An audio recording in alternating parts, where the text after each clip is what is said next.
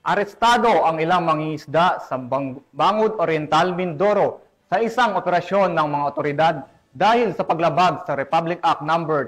10654 na nagbabawal sa ilegal na pangingisda at nagsusulong ng pangangalaga sa mga yamang dagat. Yan ang balitang hatid ni Patrolwoman Eloisa Beredo. Naaresto ang ilang mangingisda mula sa barangay proper Tinigisan, Bansud Oriental, Mindoro dahil sa paglabag sa Section 95 ng Republic Act 10654 na nagbabawas sa paggamit ng active fishing gear tulad ng ring net sa municipal waters.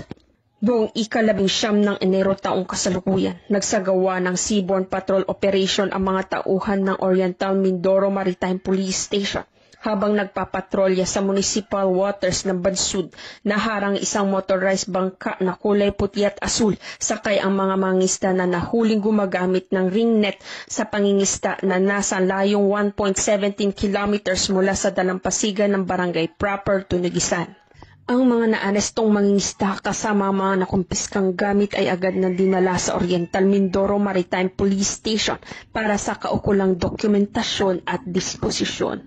Patuloy ang paalala sa mga otoridad na sundin ang umiiral na batas sa pangingisda upang maiwasan ang mga ganitong insidente. Mula dito sa Calapan City, Oriental Mindoro, ako ang inyong PNN correspondent, Patrolwoman Eloisa Joy B. Beredo, alagad ng batas, tagataguyod ng Balitang Pulis.